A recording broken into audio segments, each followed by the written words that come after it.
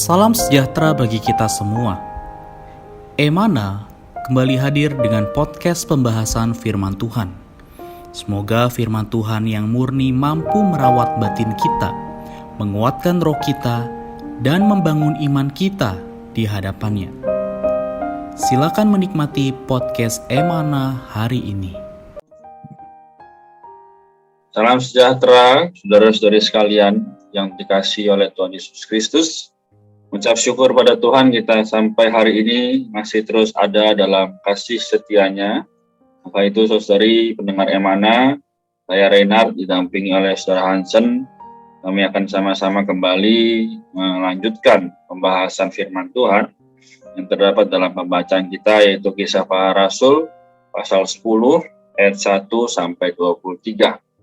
Nah, saudari sekalian, di sini kita bisa ambil satu ayat ya, yaitu ayat 9 yang berkata, keesokan harinya, kira-kira tengah hari, ketiga orang itu berada dalam perjalanan dan sudah dekat kota Yope, naiklah Petrus ke atas rumah untuk berdoa. Amin. Saudari, oleh karena itu kita juga bisa ambil satu judul ya, kita simpulkannya adalah pentingnya doa. Amin. Bagaimana, Saudara Hansen, apakah kita boleh meminta Saudara Hansen untuk membagikan apa yang bisa kita nikmati dari ayat maupun judul ini? Amin. Ya, baik.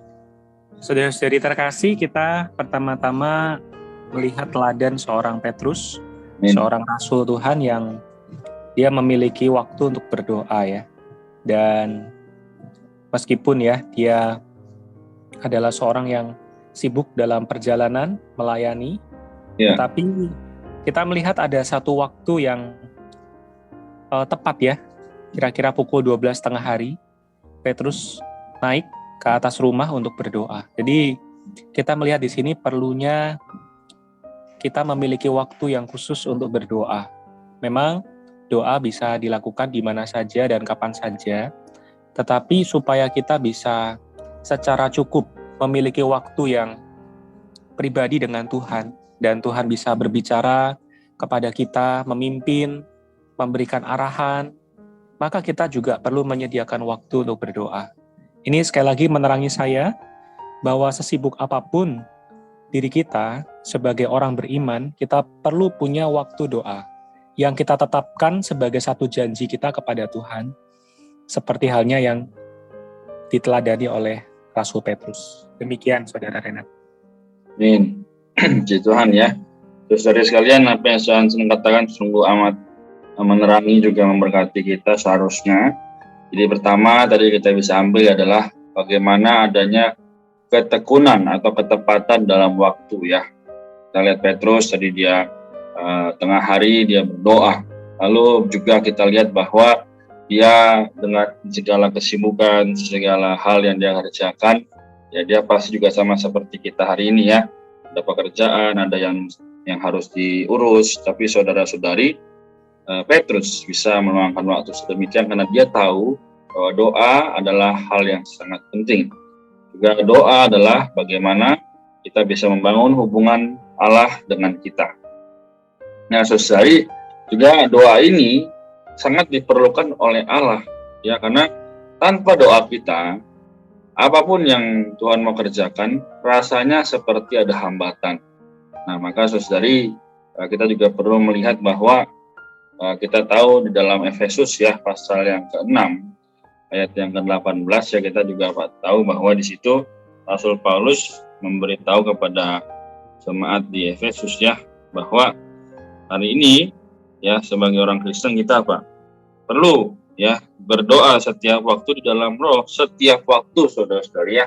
Jadi bukan hanya sekali-sekali, tapi setiap waktu. Nah, saudara sekalian, hari ini kita juga bisa melihat bahwa ya kehidupan doa ya selalu adalah untuk mempersiapkan jalan bagi Tuhan. Nah, kalau kita mau mempersiapkan jalan bagi Tuhan, maka adanya kehidupan doa yang harus dibangun, ya, harus disusun jadwalnya, ya, sehingga kita juga boleh berkata doa harus ada di urutan yang pertama. Karena demikian juga Allah ada di dalam kehidupan kita, dia adalah yang pertama. Nah, saudari sekalian, bagaimana Petrus, bagaimana para rasul, ya adalah satu teladan bagi kita. Kenapa mereka bisa kuat ya dalam melayani, kenapa mereka bisa setia dalam ya menempuh penghidupan sebagai orang yang melayani, meskipun ada penentangan, meskipun ada juga cobaan dan rintangan, semua tidak lain tidak bukan adalah karena doa. Jadi saudara-saudari sekalian, doa ya sekali lagi bukan hanya sekedar rutinitas orang Kristen. Oh, aku orang Kristen harus berdoa, orang Kristen harus menaikkan ucapan syukur. Tidak, saudari.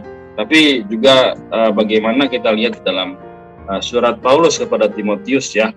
Kita bisa melihat dalam 1 Timotius 2 ayat 1 ya.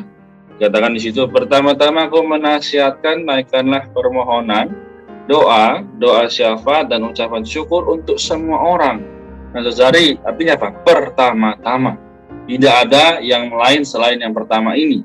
Jadi saudari, setelah kita berdoa, barulah kita boleh mengerjakan atau melakukan hal lain, sehingga kita tidak menomorduakan doa. Semoga saudari, dalam kehidupan kita sebagai orang Kristen, kita bisa terus memiliki satu kedambaan, supaya Tuhan, ya Yesus kita, bisa tersampaikan atau tersalurkan kepada orang banyak melalui kita berdoa bagi kehendak Allah. Amin. Tuhan, mungkin itu yang bisa saya tambahkan, Johnson. Apakah ada lagi dari Johnson yang ingin disampaikan? Iya, saya ingin tambahkan sedikit, dan tadi juga menyambung perkataan Saudara Renat mengenai adanya halangan ya, Saudara Renat ya. Ya. Jadi kalau kita lihat kisah Petrus yang berdoa dan Cornelius yang berdoa ini adalah satu fakta sejarah loh di dalam alam semesta, yaitu ini adalah momen di mana Injil itu sampai kepada orang-orang bukan Yahudi. Wah, ini adalah satu momen bersejarah, saudara-saudari. Karena saat itu, orang Yahudi itu tidak bergaul dengan orang bukan Yahudi. Ya, kita tahu bahwa Cornelius ini adalah seorang perwira pasukan Italia. Ya, meskipun dia adalah orang yang takut akan Allah, banyak bersedekah, berdoa, tetapi dia bukanlah orang Yahudi.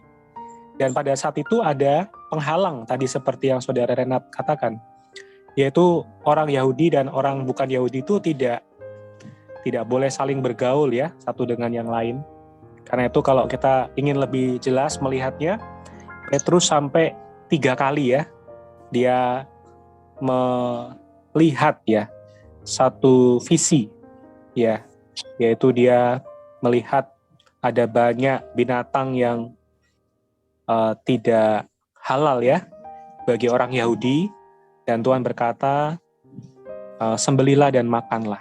Nah, ini menyatakan bahwa Petrus perlu ya nampak bahwa Tuhan hari ini tidak hanya ingin mendapatkan orang Yahudi, tetapi juga orang-orang bukan Yahudi yang di pandangan orang Yahudi adalah najis ya. Yang di pandangan orang Yahudi adalah haram bila aku berkontak dengan orang-orang bukan Yahudi. Nah, puji Tuhan, penghalang itu semuanya bisa dirobohkan melalui kerjasama Petrus dan Cornelius di dalam doa. Ya, amin ya, saudari. Semoga kita nampak fakta sejarah ini membuka mata kita bahwa mungkin ya pada hari ini kita punya waktu-waktu doa yang kurang, tapi kalau kita mendengarkan kisah ini, kita bertobat dan mempersembahkan waktu-waktu doa kita, Tuhan bisa memakai kita untuk mencetak sejarah yang baru ya. Pekerjaan Injil terbuka di suatu tempat ya. Ada keselamatan bagi keluarga kita atau kerabat kita atau teman-teman kita. Nah, ini menjadi satu sejarah yang manis, sejarah ilahi, dan kiranya kita boleh berbagian di dalamnya melalui doa. Sekian dari saya, Saudara Renat. Mungkin saya akan tutup di dalam doa ya. Amin. Mari kita bersatu dalam doa. Terima kasih Tuhan Yesus, kami bersyukur atas teladan Petrus dan juga Cornelius. Di kedua ujung ini Tuhan, ada orang yang berdoa. Petrus yang berdoa, Cornelius yang berdoa. Dan Tuhan, Engkau sangat memustikakan, Engkau sangat menghargai doa manusia yang bekerja sama dengan Engkau. bagi perampungan kehendak. Biarlah kami juga terpanggil pada saat ini, melihat kisah ini.